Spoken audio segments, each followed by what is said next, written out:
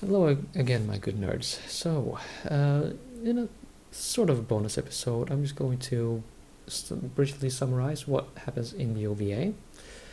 And yeah, I think that is enough, frankly, because only one of the 3 episodes deals with something we have not already seen in Prelude to the Fallen.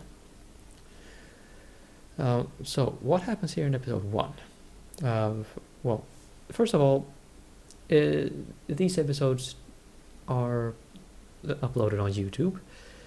If you go out to watch them yourselves, keep in mind that there is a bit of nudity in them. So, if you're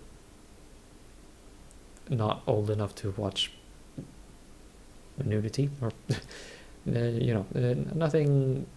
nothing beyond nudity, mind you, but still, you should maybe not. And of course, take care not to watch it around your parents or children if you are old enough to have them. And yeah, don't watch it at my church or at school. Okay, so what goes on then? Watching the OVAs, the episodes, I took a few notes, and that lullaby that we heard Eru sing mainly in the game is actually sung a lot by Karalau in the OVA. I don't quite know what's up with that, but maybe that is relevant to Mask of Deception, which which I will of course be playing by the time you are watching this. This song also appears in the end of the episode. I don't quite know what that is meant to do. Maybe give it some bittersweet associations. I mean, given how it is used in the in the game Prelude to the Fallen,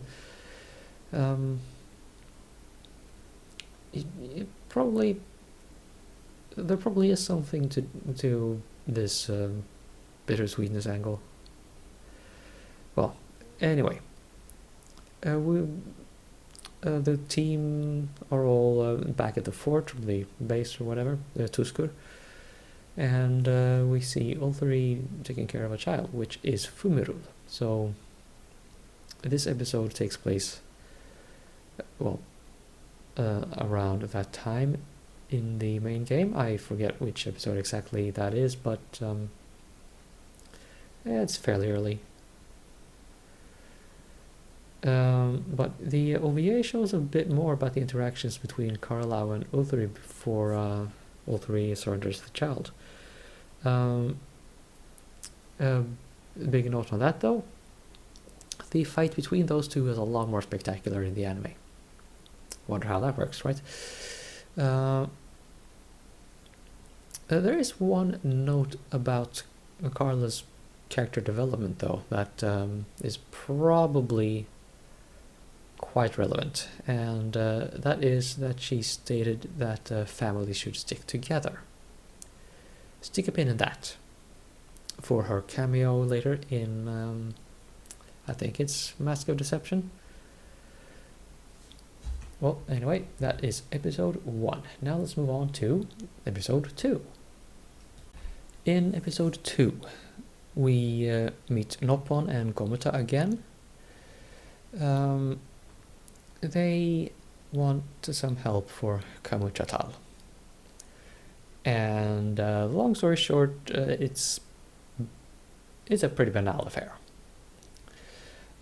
However, I don't quite followed the rationale behind it, but Aruru somehow befriends Gomuta, the Kimamau. They are apparently able to understand each other.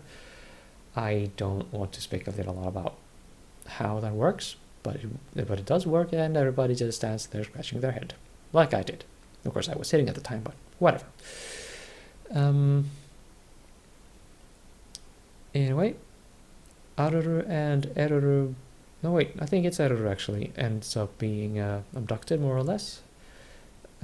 Kuro goes out to rescue her, and Komata just becomes a sort of punching bag for everyone and their grandfather. I don't really like it when that happens in stories. It just seems excessive, and well, maybe having been bullied myself, that kind of gives me some bad vibes. But well, either way, a medicine is produced, blend, mixed up, and well, yeah, Eruru does her thing with a bit of passion, and she puts some heart and soul into it. And for reasons of anime, the medicine ends up all over Nopon, and the merchant develops a massive head of afro hair. Let's move on to episode 3, shall we? And now for something almost completely different. So this episode takes place, well, it starts with Hakolo and Toka fishing, and eventually mentioning a spirit in the river, or a river spirit, I guess you'd say. Eventually, Toka will get a catch and well, get a bite, and that fish is about as big as I am, and she has limited success at landing it. And well, because Toka's Toka, it all ends up with Toka and Aruru having to spend the night in the forest, so it becomes sort of a survival adventure for a bit. And Toka eventually discovers that she's dropped her sword. That's not a good thing for a samurai. So she's yeah, a little bothered, a little bit hot and bothered. To no one's surprise, Aruru is best at dealing with this new situation, having some experience in finding food and foraging in a forest herself already, while Toka's only really good at well, cutting people to bits. Anyway, little known to them, Haku has dispatched Oboro and Dori to well, see if they can find them, rescue them if necessary. Those two laugh their asses off most of the episode. Well, long story short, everyone eventually gets together. There's a great big river spirit about the size of, well, about a T-Rex. A giant fish the size of T-Rex. Anime dude. And they kick this river spirit's ass, and everybody's happy. And yeah, that's the OVA in its entirety. Doesn't really expand the story, well, except for the last episode, which is mostly new. So now I hope to see you back for Mask of Deception.